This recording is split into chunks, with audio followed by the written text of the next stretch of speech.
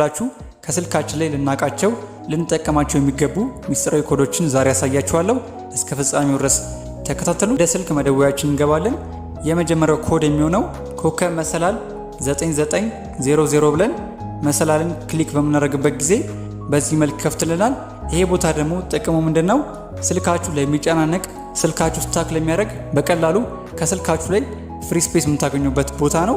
ይህንንም ለማከናወን ያከበብኩላችሁን ማለትም ዲሌይ ዳምፕ ስቴት የሚለውን ክሊክ አድርጋችሁ መጠቀም ትችላላችሁ። እንደምትመለከቱት በዚህ መልኩ በየጊዜው በማድረግ ለስልካችሁ ፍሪ ስፔስ መስጠት ትችላላችሁ። ሁለተኛው ልናቀው ልንጠቀም የሚገባ ደግሞ ኮድ ጥቅሙን በቅድሚያ ልግለጽላችሁ። በጣም ይጠቅማችኋል ይህ ኮድ። እሱ ምንድነው? ስልክ ለመግዛት ካሰባችሁ እንዴት በቀላሉ መግዛት የፈለጋችሁ ስልክ ያገለገለ ነው ወይ ደግሞ አዲስ እንደሆነ እንዴት መለየት እንደምትችሉ አሳያችኋለሁ።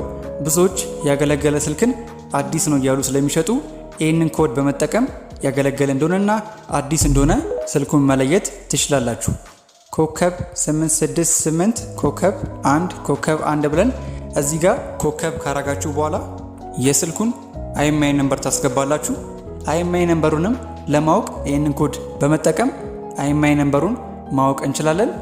IMEI ነምበሩን እዚህ ጋር ካስገባን በኋላ የመሰላል ምልክቷን ክሊክ በምናደርግበት ጊዜ ስልኩ ያላገለገለ ወይ ደግሞ አዲስ ስልክ ከሆነ በዚህ መልክ ያመጣላችኋል። ነገር ግን ያ ስልክ ያገለገለ ከሆነ ደግሞ በዚህ መልክ ያመጣላችኋል። ሶስተኛ ላይ ደርሰናል። ኮከብ መሰላል 12580 ኮከብ 369 ብለን የመሰላል ምልክቷን ክሊክ በምናደርግበት ጊዜ በዚህ መልክ ያመጣልናል። ይሄ ቦታ ደግሞ ጥቅሙ ምንድነው? እንደምትመለከቱት ያከበብኩላችሁ ቦታ ላይ ስልካችሁ መቼ እንደተመረተ ቀኑን፣ ወሩን እንዲሁም ደግሞ ዓመተ ምህረቱን ያሳያችኋል። በዚህ መልኩ ስልካችሁ የተመረተበትን ቀን፣ ወር እንዲሁም ዓመተ ምህረት በቀላሉ ማወቅ ትችላላችሁ። ተመልካቾቼ የዛሬው መረጃ ይህን ይመስላል። ሁላችሁም እንደተጠቀማችሁ ተስፋ አደርጋለሁ። ከጠቀማችሁ ላይክ ማድረግ አትርሱ። በቀጣይ ጊዜ በአሪፍ መረጃ እስከምንገናኝ ድረስ ቻው።